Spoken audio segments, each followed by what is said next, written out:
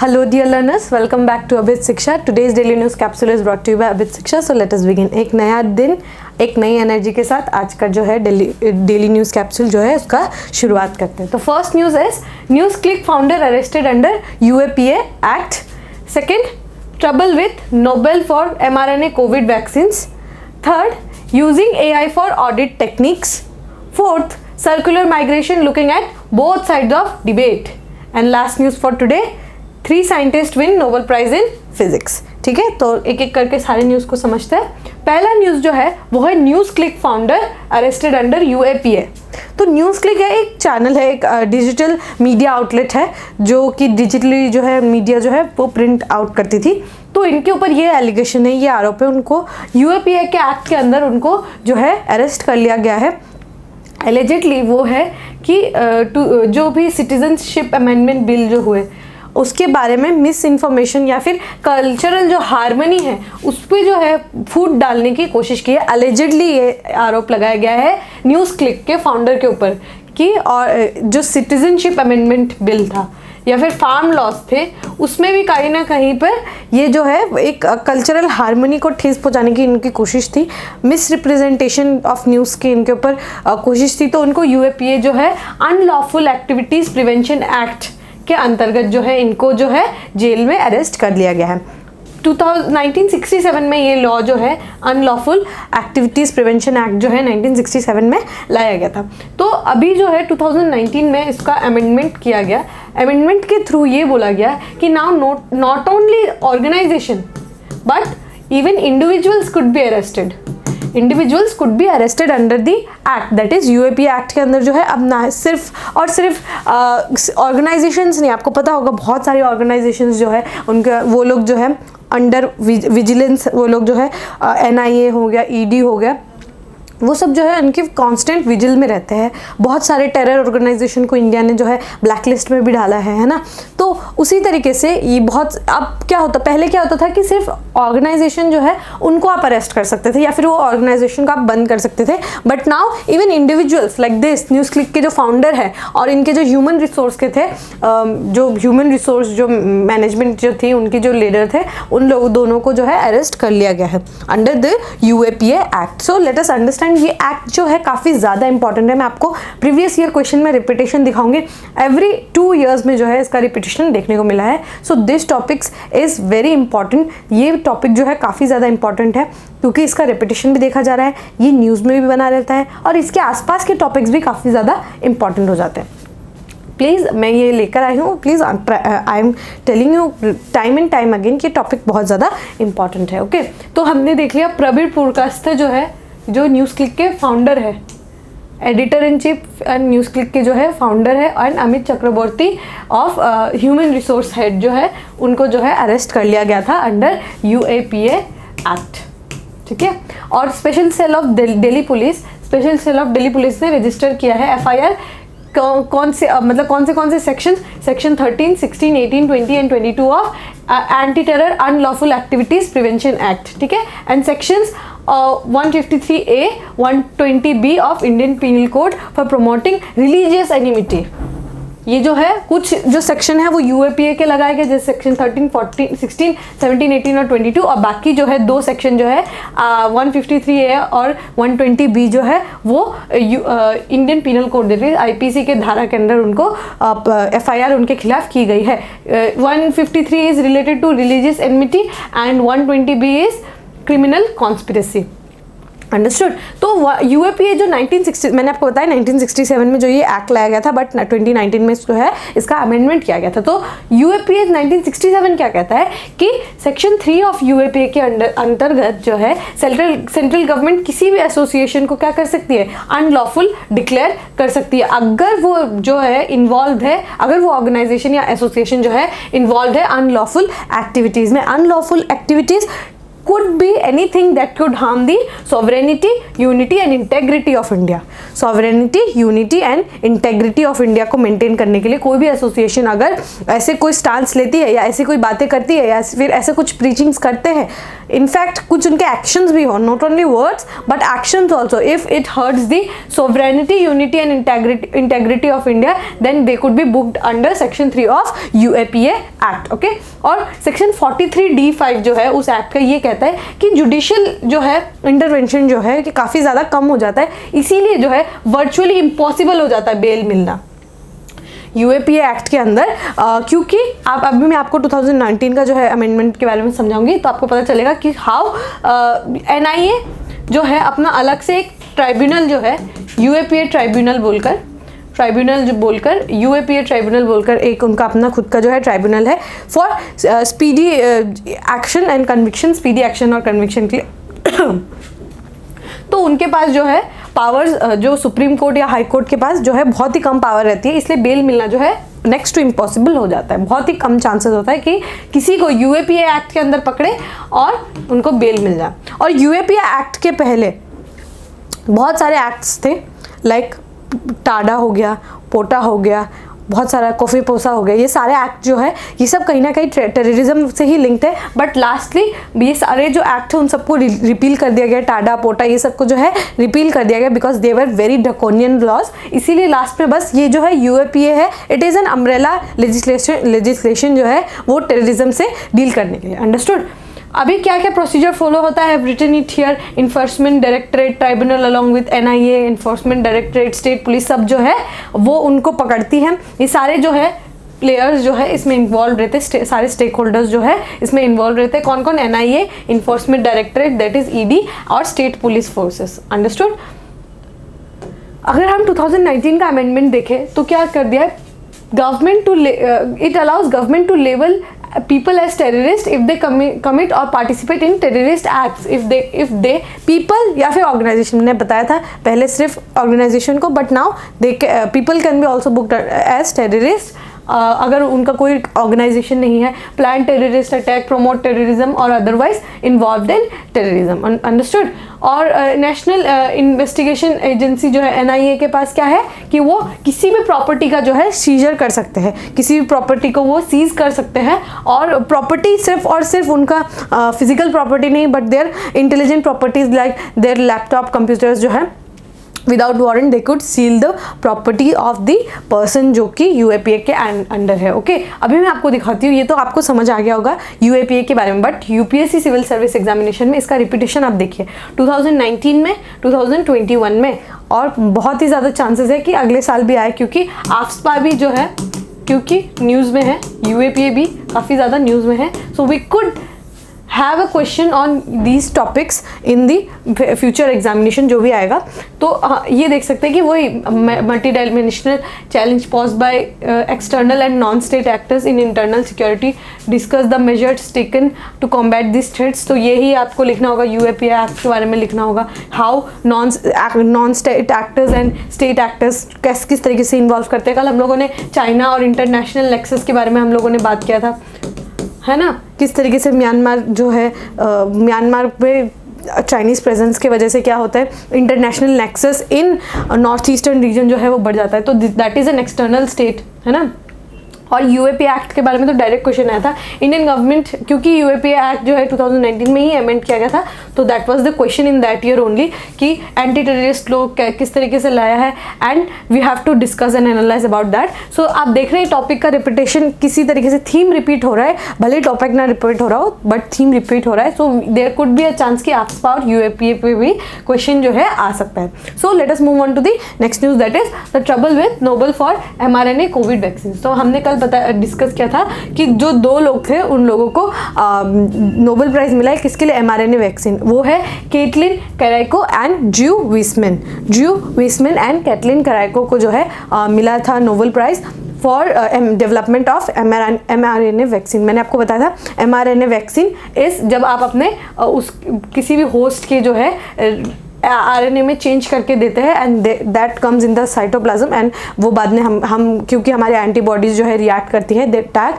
The enemy और उसको जो है हमारे एंटीबॉडीज जो वाइट ब्लड सेल्स होते हैं उनमें वो मेमोरी जो है रजिस्टर हो जाता है कि yes this is a spike protein, अगर इसके जैसे कोई भी स्पाइक प्रोटीन हो तो वो हम तैयार रहे and we could attack on those white blood by those white blood cells we could attack on the spike और strain of the enemy. Understood. तो mRNA जो है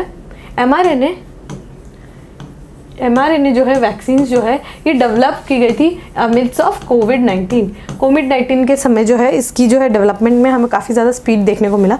बट जो आप वैक्सीन्स वगैरह जब देखते हैं, आप वैक्सीन्स के बारे में जब पढ़ते हैं, we often consider vaccine as a humanitarian approach, ठीक है।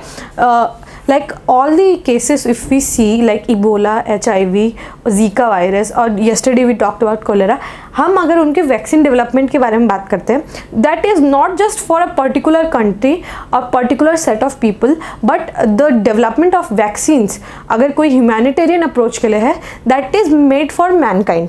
किसी भी एक पर्टिकुलर सेट ऑफ पीपल की ये अगर इनका जो है ग्लोबल नॉर्थ में अगर वो होते हैं तो हम उनको वैक्सीन्स प्रोवाइड कराएंगे, ये अगर ये गरीब देश से लो इनकम ऑर्डर वाले कंट्री से है तो हम उनको वैक्सीन्स नहीं पहुँचाएंगे। That is a very wrong approach.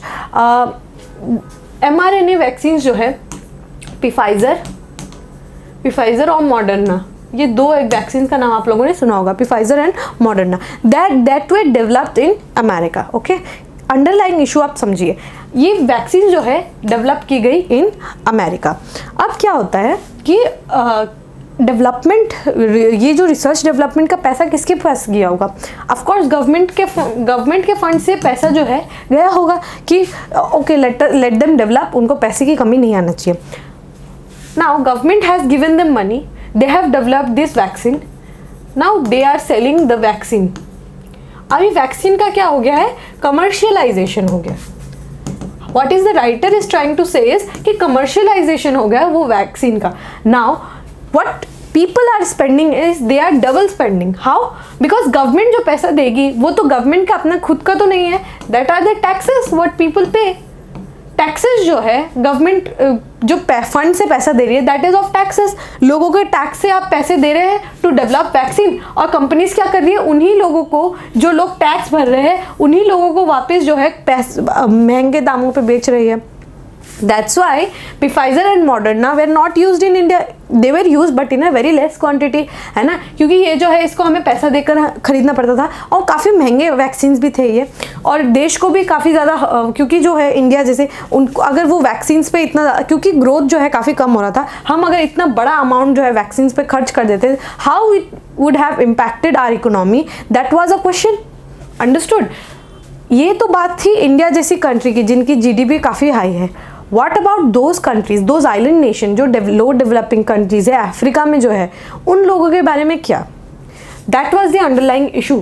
क्योंकि यहाँ पे जो है एक तो इशू हो गया था डबल स्पेंड का, डबल स्पेंडिंग कर रहे थे लोग, और साथ में ये जो है कंट्रीज जो है क्योंकि कंपनीज ने जो कमर्शियलाइजेशन किया था तो ये जो है बाहर की countries that is African nation में नहीं पहुँच पाई, बहुत लोगों को जो है जो वैक्सीन है उनको मिल नहीं पाई, और अगर मिले भी तो that were many lakhs and lakhs of vaccines were expired. तो ये क्या दिखाता है कि how when we are in need some countries behave so step mother जो है ट्रीटमेंट हमको देखने को मिला है, but that is the point of view of writer. मैं भी वो राइटर की जो है पॉइंट ऑफ व्यू को आपके सामने रख रही हूँ। Yes, vaccine should be for humanitarian purposes only. Development in science should be in development of in science should B for humanitarian cause. हमने चंद्रयान में भी यही बोला है कि the mission was not just for Indian but it was for the humanitarian approach, so that was the issue here। अभी vaccines के लिए ये भी देखा गया था कि जो 3 कंट्रीज है जिससे सबसे ज़्यादा जो है वैक्सीन्स भेजे थे वो थे इंडिया, रशिया एंड चाइना।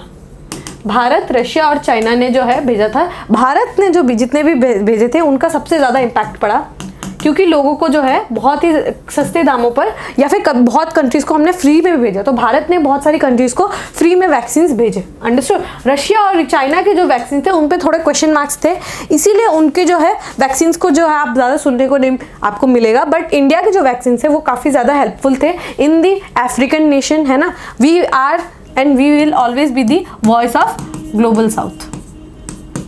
हम जो है उस समय भी वॉइस ऑफ ग्लोबल साउथ की तरह ही रिप्रेजेंट किया था हम लोगों ने। We had developed the, serum institute had developed the Covaxin, Bharat Biotech had developed the Covishield, है ना। तो वो सब जो है that is the discussion of the topic. But हमें जो याद रखना है कि science should be always for mankind, human kind के लिए जो है साइंस का डेवलपमेंट होना चाहिए।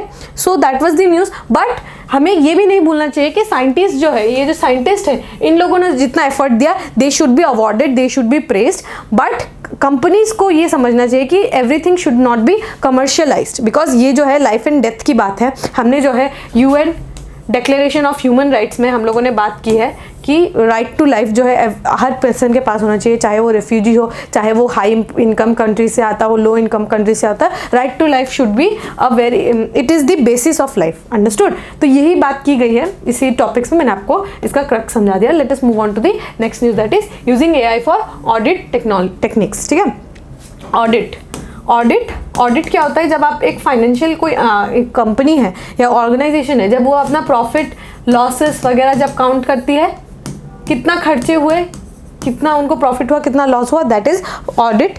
तो ऑडिट जो है, ऑडिट देश का जो है गवर्नमेंट ऑडिटर कौन है? That is controller and auditor general.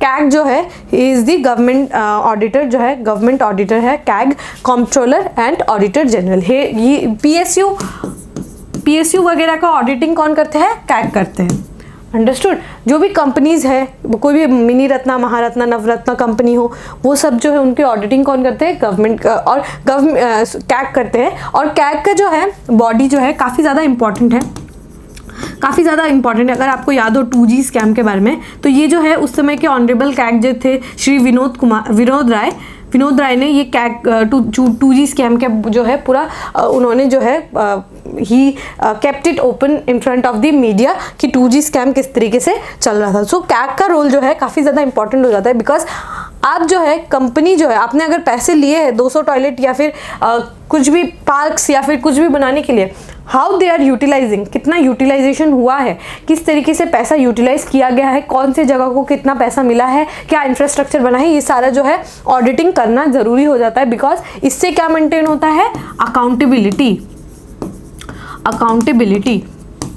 Accountability maintain करने के लिए कैग का रोल जो है काफ़ी ज़्यादा बढ़ जाता है। अभी हमने क्या बात की? CAG using AI for audit techniques. तो हमने बताया था, हमने डिस्कस किया था कि AI का इस्तेमाल जो है बहुत ही मल्टीफेसिटेड तरीके से हम कर सकते हैं। Same goes to auditing techniques, because auditing क्या होता है? डेटा को एनालाइज करना, है ना। हम जो है ऑलमोस्ट कई करोड़ों हम जो है खर्च करते हैं। हम जो है हमारा अगर GDP कलेक्शन ही किसी महीने में, जैसे अप्रैल के महीने में हम लोगों ने मैक्सिमम GST कलेक्शन करवाया था। GST collection like 1.39 crore, 1 crore 39 lakh crore का जो है 1.39 लाख करोड़ का जो है GST कलेक्शन हुआ था। तो ये GST कलेक्शन जो है हुआ है, इन सब का ये GST के पैसे कहाँ खर्च हो रहे हैं, ये सब का जो है लास्ट में जो है कैग जो है इसका ऑडिट करते हैं। तो इतना जो पैसा जो है अगर निकाला गया है पब्लिक एक्सचेकर से, पब्लिक टैक्सेस से जो पैसा निकाला गया है, उनका ऑडिटिंग कौन करते हैं? कैग करते हैं, ठीक है। तो वही डेटा जो है काफ़ी ज़्यादा बल्कि डेटा हो जाता है, तो उसको एनालाइज करने के लिए हमें जो है AI आर्टिफिशियल इंटेलिजेंस की ज़रूरत हो जाती है। बट इसमें भी काफ़ी सारे अंडरलाइंग इश्यूज है। If I write down here, underlying issues क्या क्या हो जाते हैं कि कैग जो है क्योंकि इश्यूज ये हो जाते हैं कि AI जो है, AI क्योंकि किसी इंसान ने उसके बाद अंदर डेटा भरा होगा, है ना, किसी इंसान ने डेटा भरा होगा। इफ़ डेटा फिल जो हुआ है वो अगर फॉल्टी फिल हुआ हो, अगर उसका डेटा सेट ही जो है वो अगर फॉल्टी फिल हुआ हो, तो लास्ट में जो एनालिसिस होगा उसमें भी जो है फॉल्ट हमें कहीं ना कहीं देखने को मिलेगा। ये तो हो गया पहला। सेकेंड हो जाता है कि AI का जो है कभी कभी जो है स्टीरियोटाइपिंग वगैरह भी हो जाता है, स्टीरियोटाइपिंग वगैरह भी हो जाता है एआई में। और कभी कभी जो है कोड एल्गोरिदम जो है वो भी कभी कभी जो है इश्यूज क्रिएट करता है। जो कोड क्योंकि एआई जो है मशीन लर्निंग भी तो कोडिंग है करते हैं, जो इंसान है उस कंप्यूटर मशीन के अंदर जो है कोड लैंग्वेज इंस्टॉल कर देता है, उसके बाद ही वो रिएक्ट करता है उसी तरीके से। तो उसमें हमें को कभी कभी जो है डेटा सेट के फॉल्ट की वजह से इश्यूज हमें देखने को मिल सकते हैं। So let us move on to the next news, that is circular migration looking for both side of the debate. ठीक है, तो let us understand circular migration क्या है। When person A moves to place B, ठीक है, एक person है वो प्लेस ए से प्लेस बी पर मूव करते हैं फॉर एम्प्लॉयमेंट के लिए वो प्लेस ए से प्लेस बी में मूव करते हैं। बट जब उनका एम्प्लॉयमेंट खत्म हो जाता है, he comes to place a, वापस आ जाते हैं वो अपनी इस जगह पर जहाँ से वो शुरुआत किए थे उन्हें चलना। तो this is called circular movement या सर्कुलर माइग्रेशन। ठीक है, लेकिन उसी जगह पे प्लेस ए से प्लेस बी में जाए कोई इंसान और वो वहीं पे सेटल हो जाए। उन्होंने अपनी पढ़ाई तो यहीं पे की, उन्होंने जो गवर्नमेंट स्कीम्स का फ़ायदा यहाँ पे उठाया, बट लास्ट में वो कोई जगह में सेटल हो गए। तो इसको हम क्या बोलेंगे, ब्रेन ड्रेन बोलेंगे। ये जो है सर्कुलर माइग्रेशन इंडिया के पर्सपेक्टिव में इंट्रा स्टेट में काफ़ी देखा जाता है। इंट्रा स्टेट मतलब विद इन स्टेट्स, इंडिया में ही। जैसे बहुत सारे लोग हैं in rural parts of the country से वो जाते हैं urban parts of the countries में, जैसे कर्नाटका, बेंगलोर में जाना या फिर महाराष्ट्र, मुंबई वगैरह एरियाज़ में जाना, वहाँ पे वो काम ढूंढने के लिए जाते हैं। तो वो वापस जब उनका ख़त्म हो जाता है तो they come back to their home state, जहाँ से वो चले थे वहीं वापस आ जाते हैं। बट ब्रेन ड्रेन जो है आपको इंटरनेशनल कॉन्टेक्स्ट में ज़्यादा देखने को मिलेगा। यहाँ के जो है इंडिया के जो टेक्नोलॉजी एक्सपर्ट्स है, बहुत सारे जो आईआईटी प्रोफेशनल, आईआईएम प्रोफेशनल्स जो है वो क्या करते हैं, वो इंडिया छोड़कर कहीं और सेटल होने चले जाते हैं। तो दैट इज ब्रेन ड्रेन, क्योंकि हमारे जो है ह्यूमन रिसोर्स हमें लॉस हो जाता है हमारे पास, तो काफ़ी नेगेटिव होता है। बट सर्कुलर इकोनॉमी हमेशा से ही पॉजिटिव रहा है। In some cases there could be some negatives, but most of the time ये जो है हमेशा पॉजिटिव्स में ही रहता है। तो सर्कुलर माइग्रेशन का जो है कभी कभी हमें जो है इश्यूज देखने को मिल जाते हैं। अगर हम पॉजिटिव्स देखें, सर्कुलर माइग्रेशन का जो है पॉजिटिव्स अगर हम देखें, तो पहली तो है ये कि अगर वहाँ पे जो है डाइवर्सिटी हमें देखने को मिलती है। डाइवर्सिटी जो है हमें देखने को मिलती है। इन जब गणपति होता है या फिर कोई दुर्गा पूजा होता है, तो हमें देखने को मिलता है कि in various parts, other parts में भी जहाँ पे भी कभी गणपति का पूजा नहीं होता था, बट वहाँ पे भी पंडाल वगैरह लगने शुरू हो जाते हैं। So that is diversity, that shows कि हम कितने डाइवर्स नेशन है, दूसरे लोग भी हमारे कल्चर को अडाप्ट कर रहे हैं। ठीक है, और क्या होता है कि कल्चरल एक्सचेंज होता है, कल्चरल एक्सचेंज होता है। थर्ड क्या होता है, एम्प्लॉयमेंट बढ़ते हैं। अगर पुअर लोग अगर माइग्रेट ना करें तो उनको चीप लेबर कहाँ से मिलेगा। बड़े शहरों को जब वो इंफ्रास्ट्रक्चर डेवलप करते हैं, they need cheap labours, but the cheap labours can not be provided somebody जो उसी स्टेट में रहता है, उसको मालूम है उस स्टेट के बारे में। Cheap labours could be from person coming from other state, दूसरे कोई स्टेट से अगर कोई इंसान आके रहता है, वो तो किसी भी हाल में उनको कुछ ना कुछ काम चाहिए होता है, तो भले वो 500 रुपये की जगह में वो 300 रुपये में काम कर दे, तो वो जो है एम्प्लॉयमेंट जो है वो काफ़ी ज़्यादा प्रोडक्शन हो जाता है, जो लोगों को जो है काफ़ी ज़्यादा हेल्प भी हो जाता है। आपको पता होगा बहुत सारी हाउस जो मेड्स होती है, जो डोमेस्टिक हेल्प्स होती है, वो लोग भी दूसरे स्टेट से होते हैं। बहुत टाइम पे अगर आप दिल्ली में देखेंगे या फिर कोई भी बड़े शहर में देखेंगे, वहाँ पे जो डोमेस्टिक हेल्पर्स होती है वो सब दूसरे स्टेट से आती है, तो उन्हें जो है चीप लेबर भी मिल जाता है, availability of cheap labour. But negative में क्या होता है, नेगेटिव कॉन्सिक्वेंसेज में देखेंगे, कॉलोनीज बन जाती है, कॉलोनीज जो है बन जाती है। कॉलोनीज किस तरीके से कि मतलब अनऑर्गेनाइज्ड कॉलोनीज जो है वो बन जाती है, स्लम लाइक सिचुएशन जो है वो बढ़ जाता है। एक जो होता है वो अर्बनाइजेशन पे इम्पैक्ट करता है। ठीक है, ये कॉलोनीज अगर बन गई, अर्बनाइजेशन में इम्पैक्ट करता है। आप इसको पॉपुलेशन से भी लिंक कर सकते हैं। ठीक है, तो ये सब जो है मैंने आपको इसके पॉजिटिव्स बता दिए, मैंने आपको इसके नेगेटिव्स बता दिए। तो हमें जो क्या जरूरत है वो है कंट्रोल्ड पॉपुलेशन, कंट्रोल्ड माइग्रेशन की हमें ज़रूरत है। अंडरस्टूड?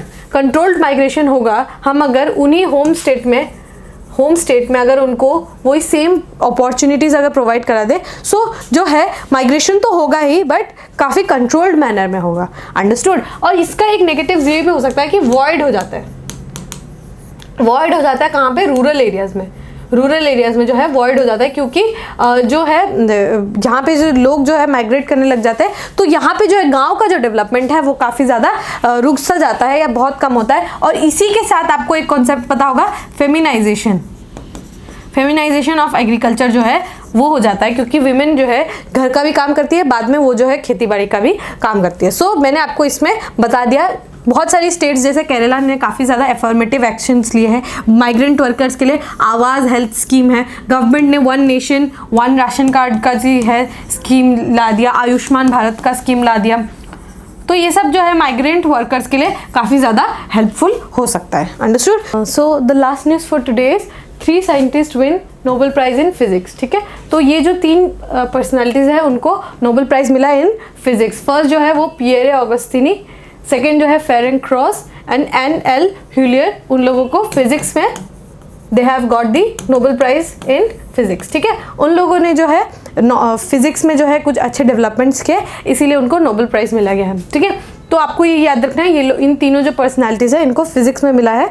और कभी कभी ये डेटा फैक्ट्स जो है प्रीलिम्स में काफ़ी ज़्यादा पूछा जाता है। ठीक है, तो आप प्लीज़ मेक श्योर करिएगा कि आपको नाम याद रहे। कल का भी आपको नाम याद रहना चाहिए, मिस कैटलिन कैरॉक एंड ड्रेस विस्मन। ठीक है, ड्रू विस्मन, उनको जो है मेडिसिन के फिजियोलॉजी के लिए मिला, mRNA वैक्सीन डेवलपमेंट के लिए, और इनको जो है फिजिक्स के लिए मिला। And what they have developed is they had looked into electrons in atom during teeniest of split seconds. बहुत ही स्प्लिट सेकेंड में उन्होंने जो है देखा कि हाउ इलेक्ट्रॉन्स आर मूविंग। अगर हम जो है काफ़ी कम सेकेंड में अगर हम उसको देखें तो हम उसकी जो है एटम्स की जो बिहेवियर है उसके बारे में स्टडी कर सकते हैं। So this could be a very great initiative, और बहुत सारा जो है हम चेंज फिजिक्स में जो है काफ़ी सारा चेंजेस ला सकते हैं। ठीक है, और नोबेल प्राइज़ के बारे में अगर आप जानना चाहते हैं तो हमने कल एक ट्रेंडिंग न्यूज़ इन टॉपिक्स के एक हमारा सेक्शन है, उसमें जो है काफ़ी अच्छे से कवर किया है नोबेल प्राइज़ के बारे में, तो वो आपके लिए काफ़ी ज़्यादा इंपॉर्टेंट हो जाएगा।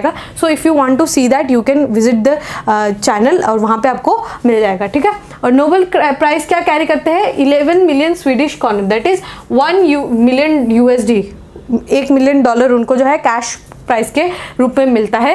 और वो ये किसको ऑनर करने के लिए, स्वीडिश इन्वेंटर एल्फ्रेड नोबेल को जो है ऑनर करने के लिए ये जो है प्राइस जो है दिया जाता है, who died in 1896। So with this we have come to end of today's daily news discussion. If you want कि आपको डायरेक्ट रिक्रूटमेंट एग्जाम को क्लियर करना है तो आप जो है अभित शिक्षा को ज्वाइन कर सकते हैं। एक्सटेंसिव कोर्स होगा, लाइव सेशंस जो होंगे, weekly mock test, doubt clearing sessions, 1-on-1 with faculties जो है, और आपको जो है मॉक पेपर्स भी हम दिलवाएंगे। सो यू कैन ज्वाइन, और आपको टेलीग्राम पे इसके बारे में आपको ज़्यादा जानकारी मिल जाएगी। So with this we have come to end of today's discussion. If you have like this please give a like and write down in the comment section, and we will meet tomorrow. Till then take care and thank you.